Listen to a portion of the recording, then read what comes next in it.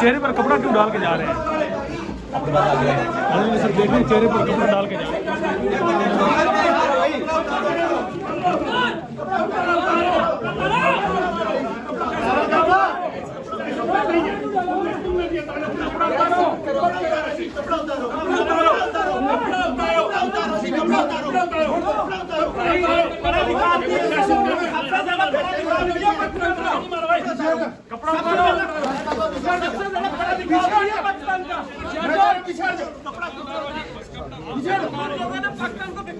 भाई गेट वाले जान इधर भेजे।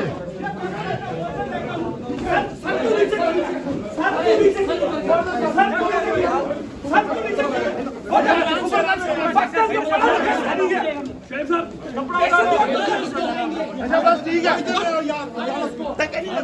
पेशेंट का तुम क्या संभाले नहीं जाता, पढ़े लिखे बंदा करते हो। पेशेंट का दो को पकड़ो, पढ़े लिखे बंदों के साथ तुम क्या शुरू करते हो? ये चादर देते हो तुम लोग? पढ़ा लिखा आदमी है यार, मुल्क को बेकारी बनाया इसने अपने प्रोग्रामों में।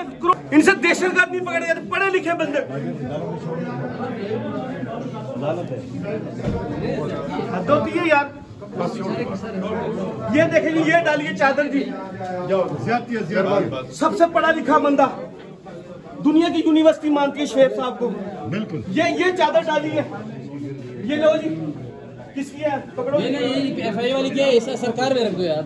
डालो। हमारे सरकार है। बात सुनो, सरकार है जी। ये